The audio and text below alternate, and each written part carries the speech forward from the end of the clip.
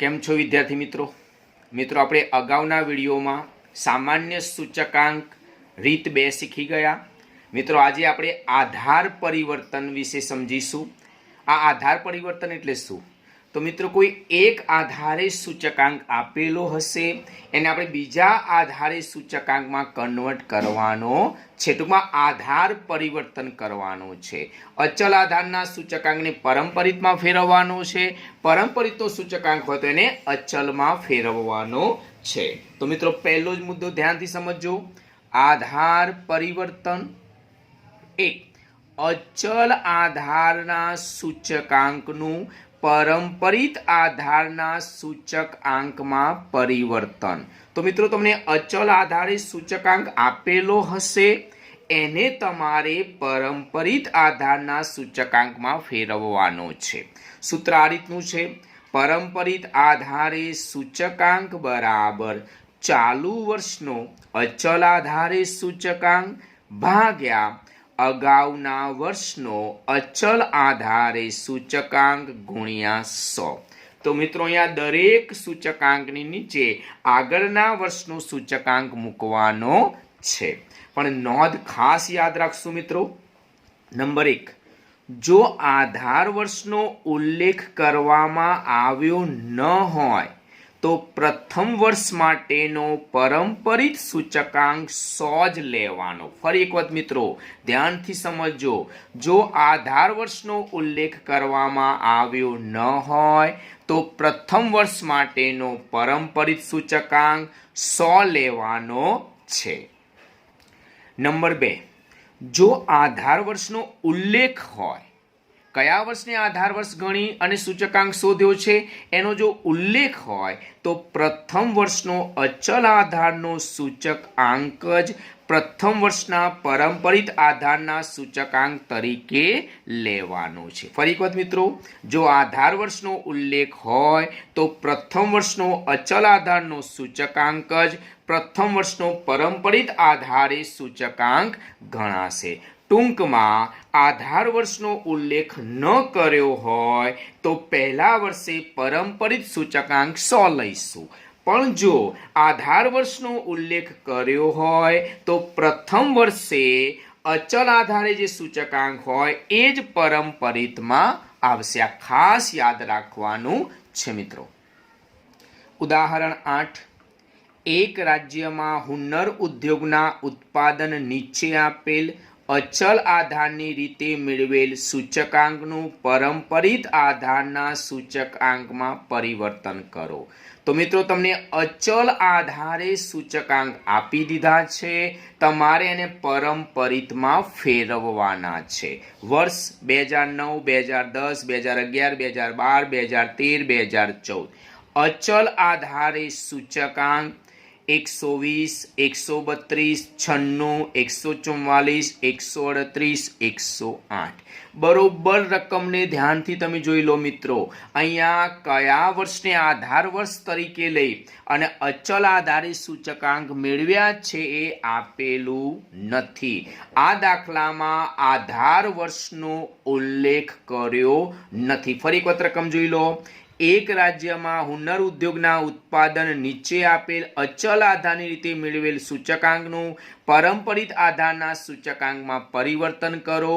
મિત્રો અહીંયા આધાર વર્ષનો ઉલ્લેખ કર્યો નથી, યાદ રાખજો મિત્રો. અને આધાર વર્ષનો ઉલ્લેખ ના કર્યો હોય તો પહેલા વર્ષે પરંપરિત સૂચકાંક આપણે 100 લઈશું. ખાસ યાદ રાખજો મિત્રો. આધાર વર્ષનો ઉલ્લેખ કર્યો નથી, જોઈ લો બરોબર. અને આધાર વર્ષનો ઉલ્લેખ ના કર્યો હોય તો આપણે પહેલા વર્ષે પરંપરિત સૂચકાંક 100 જ લઈશું. ખાસ યાદ રાખજો મિત્રો. 2 ખાના આપણી રકમના છે. જવાબ માટે ખાલી એક જ ખાનું બનાવ્યું છે. વર્ષ 2009, 10, 11, 12, 13, 14. ત્યાર પછી અચલ આધારે સૂચકાંક 120, 132, 96, 144, 138, 108. અને પરંપરિત આધારે સૂચકાંક બરાબર ચાલુ વર્ષનો અચલ આધારે સૂચકાંક ભાગ્યા અગાઉના વર્ષનો અચલ આધારે સૂચકાંક ગુણ્યા 100। મિત્રો આપણે આગળ પહેલા પણ સ્પષ્ટતા કરી કે આ દાખલામાં કયા વર્ષને આધાર વર્ષ તરીકે ગણી અચલ આધારે સૂચકાંક શોધ્યા છે એનો ઉલ્લેખ કર્યો નથી। અને મિત્રો આધાર વર્ષનો ઉલ્લેખ ના કર્યો હોય તો પહેલા વર્ષે પરંપરિત સૂચકાંક આપણે 100 લઈશું। ખાસ યાદ રાખજો, આધાર વર્ષનો ઉલ્લેખ કર્યો નથી એટલે પહેલા વર્ષે પરંપરિત સૂચકાંક 100 લઈશું। ત્યાર પછી તો મિત્રો દરેક વર્ષની નીચે આગળના વર્ષનો સૂચકાંક મૂકવાનો છે। હવે વાત કરીએ મિત્રો 2010ની, તો 2010માં તમે જોઈ શકો છો ચાલુ વર્ષનો અચલ સૂચકાંક 132 છે। એની અગાઉના વર્ષનો અચલ સૂચકાંક 120 છે। તો 132ની અપોનમાં 120 મૂકીશું ગુણ્યા 100। ત્યાર પછી 96 ભાગ્યા 132 ગુણ્યા 100, 144 ભાગ્યા 96 ગુણ્યા 100। અહીંયા આપણે દરેક સૂચકાંકની નીચે આગળના વર્ષનો સૂચકાંક મૂકવાનો છે। 132ની નીચે 120 મૂકીશું, 96ની નીચે 132, 144ની નીચે 96 મૂકીશું। ત્યાર પછી 138ની નીચે 144 ગુણ્યા 100 અને 108ની નીચે 138 ગુણ્યા 100। આ રીતના આપણે કિંમત મૂકીશું અને હવે સાદું રૂપ આપીશું મિત્રો। તો પહેલા વર્ષે તો આધાર વર્ષનો ઉલ્લેખ નહોતો કર્યો એટલે 100 સૂચકાંક આવ્યો। હવે 132ને 100 વડે ગુણી 120 વડે ભાગતા 110 આવશે। ત્યાર પછી 96ને 100 વડે ગુણી 132 વડે ભાગતા 72.73 આવે છે। 144ને 100 વડે ગુણી 96 વડે ભાગતા 150, 138ને 100 વડે ગુણી 144 વડે ભાગતા 95.83, 108ને 100 વડે ગુણી 138 વડે ભાગતા 78.26 જવાબ આવશે। મિત્રો અહીંયા માત્ર પહેલા જ વર્ષે કાળજી રાખવાની છે, બાકી તો બહુ ઈઝી છે। દરેક વર્ષની નીચે આગળના વર્ષનો સૂચકાંક મૂકી દેવાનો છે। ખાલી પહેલા જ વર્ષે આપણે એ યાદ રાખવાનું છે કે આધાર વર્ષનો ઉલ્લેખ કર્યો છે કે નથી કર્યો। જો આધાર વર્ષનો ઉલ્લેખ ના કર્યો હોય તો પહેલા વર્ષે આપણે પરંપરિત સૂચકાંક 100 લઈશું, પણ જો આધાર વર્ષનો ઉલ્લેખ કર્યો હોય તો પહેલા વર્ષે જે અચલ સૂચકાંક હશે એ જ પરંપરિત સૂચકાંક બનશે। અહીંયા આધાર વર્ષનો ઉલ્લેખ નથી કર્યો માટે આપણે પહેલા વર્ષે પરંપરિત સૂચકાંક 100 લીધો। ત્યાર પછી દરેકની નીચે આગળના વર્ષનો આપણે સૂચકાંક મૂક્યો છે। 132ની નીચે 120 મૂક્યા, 96ની નીચે 132, 144ની નીચે 96, 138ની નીચે 144, 108ની નીચે 138 આપણે મૂક્યા છે। તો આ દાખલો અહીંયા પૂરો થયો। યાદ રાખજો, આ રીતનો દાખલો 3 માર્ક્સમાં પૂછાય છે, ખાસ યાદ રાખવાનું છે મિત્રો। ઉદાહરણ 9, વર્ષ 2007-8 ને આધારે ચીજ વસ્તુના જથ્થાબંધ ભાવના સૂચકાંક નીચે મુજબ છે, તે પરથી પરંપરિત આધારે સૂચકાંક ગણો। મિત્રો દાખલામાં તમે જોઈ શકો છો આધાર વર્ષનો ઉલ્લેખ કર્યો છે। આપણને જે સૂચકાંક આપેલા છે એ કયા વર્ષને આધારે આપેલા છે તો ઉપર લખ્યું જ છે વર્ષ 2007 અને 2008 ને આધારે।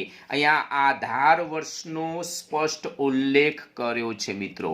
અને આધાર વર્ષનો જો ઉલ્લેખ કર્યો હોય તો પહેલા વર્ષે જે અચલ સૂચકાંક હોય એ જ પરંપરિતમાં આવશે। ખાસ યાદ રાખશું મિત્રો। ફરી એક વખત, વર્ષ 2007-2008 ને આધારે ચીજ વસ્તુના જથ્થાબંધ ભાવના સૂચકાંક નીચે મુજબ છે, તે પરથી પરંપરિત આધારે સૂચકાંક ગણો। વર્ષ 2008-9 9 10 10 11 11 12 12 13 14 14 15 15 16 જથ્થાબંધ ભાવોનો સૂચકાંક 126 130.8 143.3 156.1 167.6 177.6 181.2 177.2 તો મિત્રો આ દાખલામાં આધાર વર્ષનો ઉલ્લેખ કરેલ છે. હું અહીંયા લખું છું આધાર વર્ષનો ઉલ્લેખ છે. ખાસ યાદ રાખશું મિત્રો, આ દાખલામાં આધાર વર્ષનો ઉલ્લેખ કરેલો છે અને આધાર વર્ષનો ઉલ્લેખ કર્યો હોય તો પહેલા વર્ષે જે અચલ સૂચકાંક હોય એ જ પરંપરિતમાં આવશે.